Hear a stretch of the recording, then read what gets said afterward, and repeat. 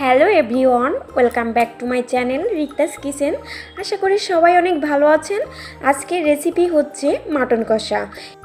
Mutton কষা নামেই পরিচিত। এই রান্নাটা যতটা না মজা ততটাই সহজ রান্না।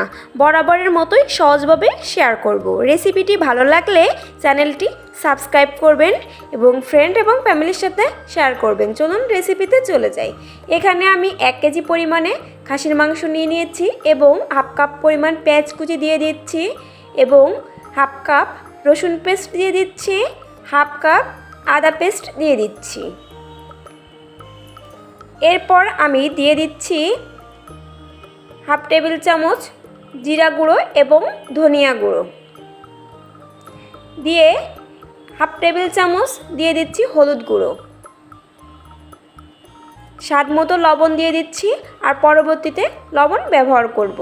আর হাফ টেবিল চামচ আমি তেল দিয়ে দিচ্ছি, সয়াবিন তেল দিয়ে এটাকে আমি ভালো করে ম্যারিনেট করে নেব। আর শুকনো মরিচের গুঁড়োটা আমি এই পর্যায়ে ব্যবহার করছি না, রান্নার সময় ওটা আমি ব্যবহার করব।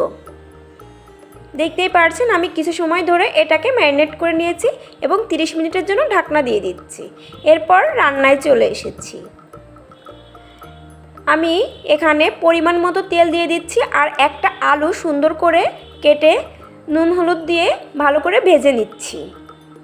একটু ব্রাউন কালার করে ভেজে নিব।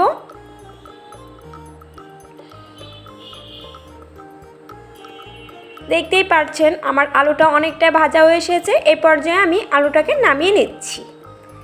এরপর আমি দিয়ে দিচ্ছি আস্ত গরম মশলা, এলাচ, দারুচিনি এবং তেজপাতা 2টা, দিয়ে হাফ কাপ পেঁয়াজ কুচি দিয়ে দিচ্ছি। দিয়ে কিছু সময়ের জন্য একটু নাড়াচাড়া করে একটু ব্রাউন কালার করে নেব। এই পর্যায়ে আমার ম্যারিনেট করা মাংসটা দিয়ে দিচ্ছি। দিয়ে আমার অল্প পরিমাণে একটু জল দিয়ে দিচ্ছি, দিয়ে একটু নাড়াচাড়া করে নিচ্ছি। এভাবে একটু নাড়াচাড়া করে নিয়ে এর ভিতরে আমি দিয়ে দেব হাফ কাপ পরিমাণ মতো আমি শুকনো মরিচের গুঁড়া, দিয়ে একটু নাড়াচাড়া করে আমি 30 মিনিটের মতো ঢাকনা দিয়ে দিচ্ছি। ঢাকনাটা এবার তুলে নিচ্ছি। এই পর্যায়ে দেখতেই পাচ্ছেন কতটা জল বেরিয়েছে। এই জলেই আমার মাংসটা ভালোভাবে সিদ্ধ হয়ে আসবে। এই পর্যায়ে আমি আস্তে আস্তে একটু নাড়াচাড়া করে করে মাংসটাকে আমি কষিয়ে নিব। 5 মিনিট পর পর আমি একটু নাড়াচাড়া করে নিচ্ছি, নিয়ে এই পর্যায়ে আমি কষিয়ে নিচ্ছি। দেখতেই পাচ্ছেন আমার মাংসটা দিয়ে কতটা না তেল বেরিয়ে এসেছে।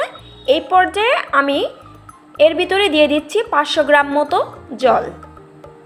এটা হবে গরম জল। অবশ্যই মাংসে গরম জল ব্যবহার করবেন, তাহলে স্বাদটা ভালো আসবে। এবং আমার ওই একটা আলু ভালো করে ভেজে রাখা সে আলুটা দিয়ে দিচ্ছি। দিয়ে এবার আমি 20 মিনিটের মতো আবারও ঢাকনাটা দিয়ে দিচ্ছি। এই পর্যায়ে আমার মাংসটা একদম হয়ে এসেছে।